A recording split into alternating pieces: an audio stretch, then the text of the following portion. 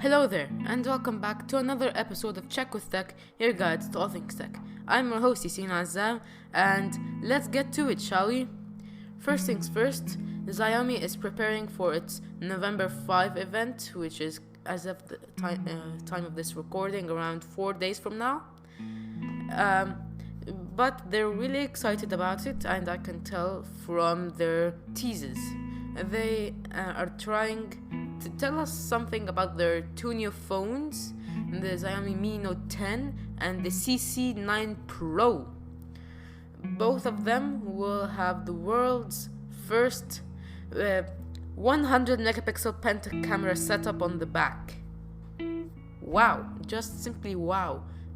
5 cameras is enough, but having one of them be 108 megapixels, that's too much, like in my opinion. I cannot tell the difference between 16 and 32. But yeah, some rumors say that both of them are actually the same phone. It's just the CC9 Pro is going to be in China and the Note 10 is going to be international. I don't know why Xiaomi would do that.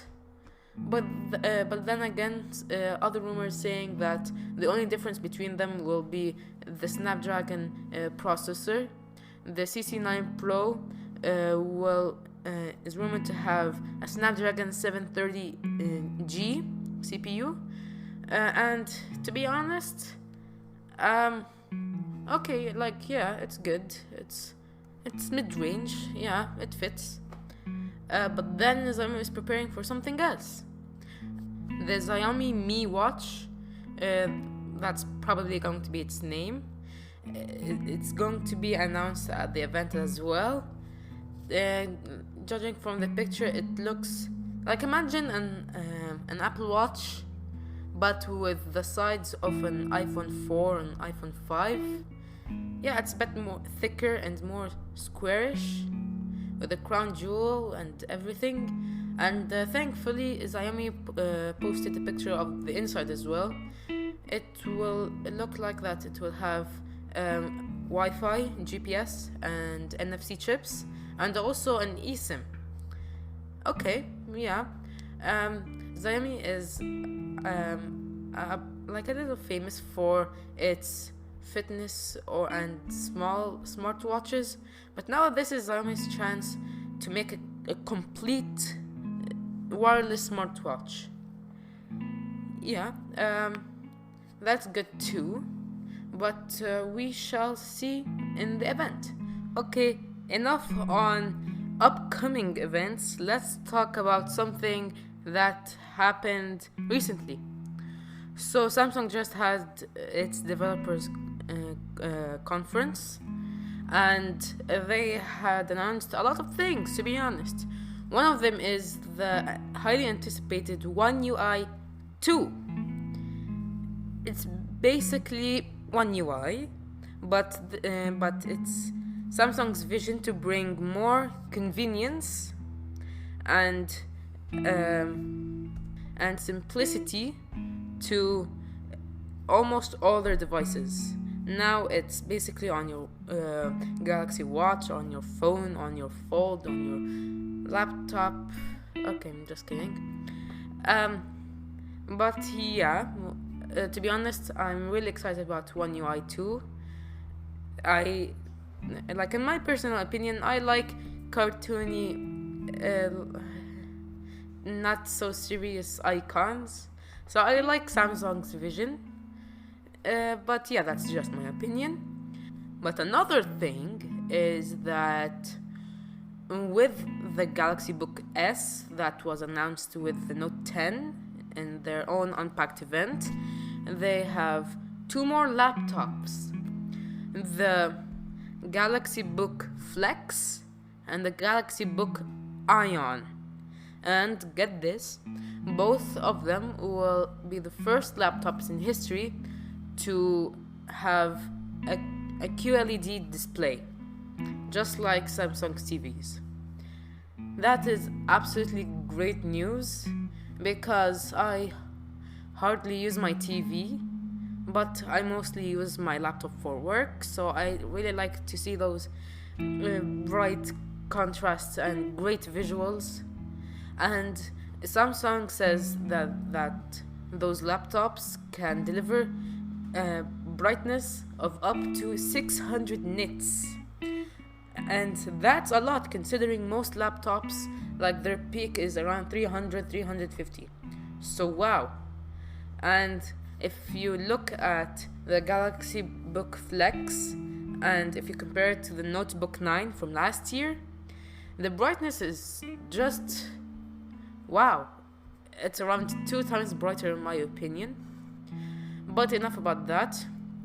The Galaxy Book Flex is basically a magnet to all the features from all of other Samsung devices. It will have a 360-degree 2-in-1 hinge, so that's good. It feels more premium, especially looking from it just from the pictures. It looks better in quality than the Ion. It will have up to 16 gigabytes of RAM and a terabyte of SSD storage, and it will have the Intel 10th generation Ice Lake processors, which basically count up for the for performance, so that's good. But another thing, QLED wasn't the only similarity between them.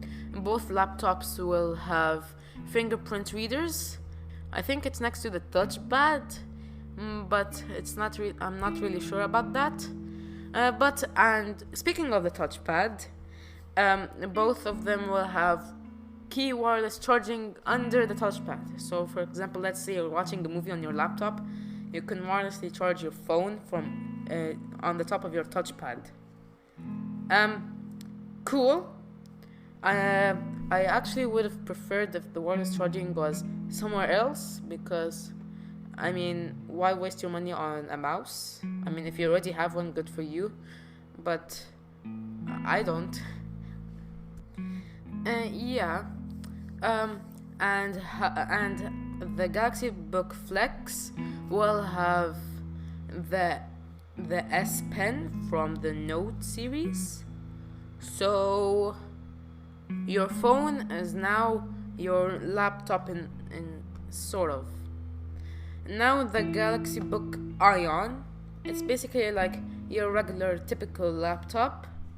The 13-inch version weighs under a kilogram. Nice. It will have the Intel 10th generation Comet-like processors instead of the Ice Lake on the Flex. It's slightly less, but yeah. Both laptops will have 13 and 15-inch models.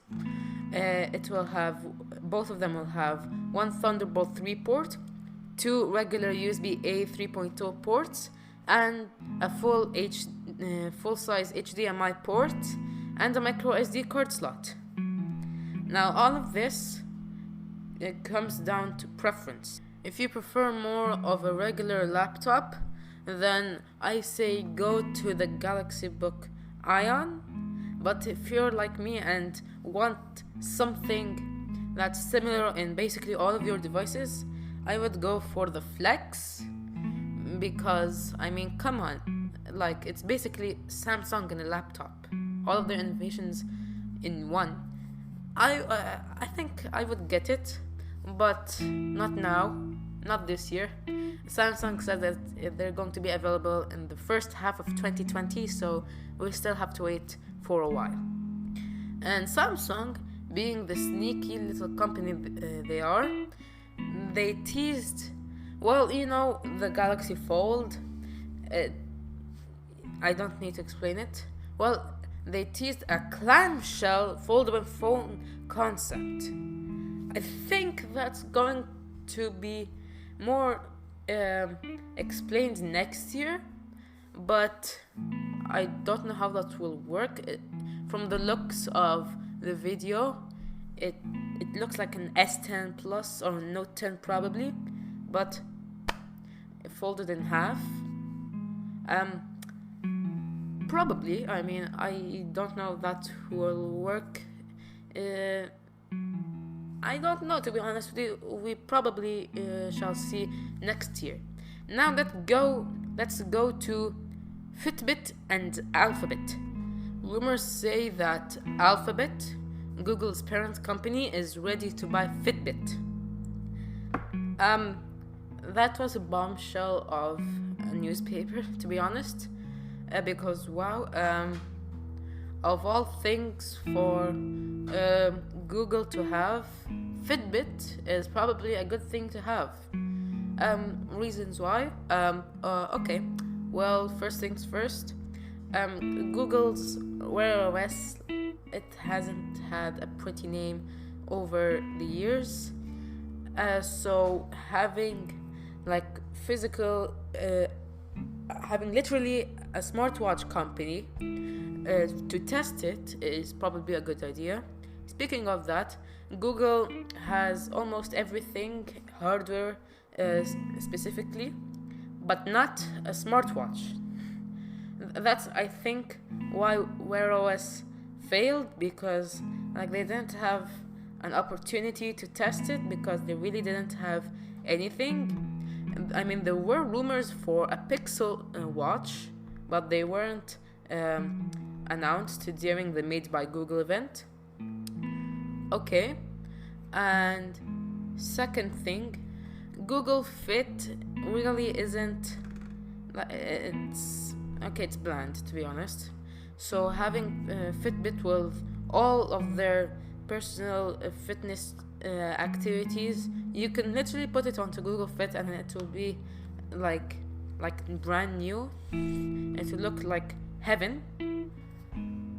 So what do I think? Well, it certainly is an opportunity, but I really don't know if the same that happened to Motorola will happen to Fitbit. As you all know, Google at one time bought Motorola, and they removed their IP and sold it to Lenovo. So now Motorola, you really don't hear it that much anymore. So I hope Fitbit still keeps going. I mean, they do need a company that has billions and billions of dollars. So yeah, that's good. Now let's get to the sneaky surprise from Samsung over to Apple. They have sneakily revealed the much awaited AirPods Pro. AirPods Pro, ladies and gentlemen. Everything has a Pro version now. Hopefully we don't have an Apple Watch Pro. I mean, I'm serious. We have an iPhone 11 Pro, an iPad Pro, and now AirPods Pro, and a MacBook Pro. To be honest, Pro isn't really that valuable anymore. Anyway, let's get to the headphones themselves. Now, Apple in the past have had some sort of reputation on their headphones for not having rubber tips. They're mostly 100% plastic. And now it's changed. It will now follow in the footsteps of basically every other headphones and will have rubber tips. The AirPods Pro will have rubber tips. Thank God. Because, to be honest, the second I tried the AirPods, I swear my ears just hurt so badly. So now finally we have something to make it a little bit more comfortable. And that rubber tip will help the AirPods Pro with their advanced noise cancellation. Yes, to have noise cancellation, but not like regular old noise cancellation. It will have active. So it basically works harder for you to not hear your surroundings, but you can turn it off with transparency mode. It's basically the opposite. So imagine it's everything shorter, to be honest. The headphones, it's shorter than the regular AirPods, and the charging case is basically the same but wider and shorter. I think that's a good thing, but I don't like how the case looks. One thing about the AirPods case is that I like tall and thin things. So being the opposite, I really don't appreciate it. But I mean, it's not their fault. The AirPods Pro will start at $249, and the AirPods, the regular versions, right now are worth $160. To be honest, I really do not know how it will sell, considering that it's almost basically the same. I haven't tried it on yet. We shall see. And that concludes our episode for this week. Thank you for watching. I hope you stick around for next week's episode. Please don't be afraid to leave a review on Apple Podcasts and check out my other episode. As usual, this is Yaseen Azzam signing out. See you next week.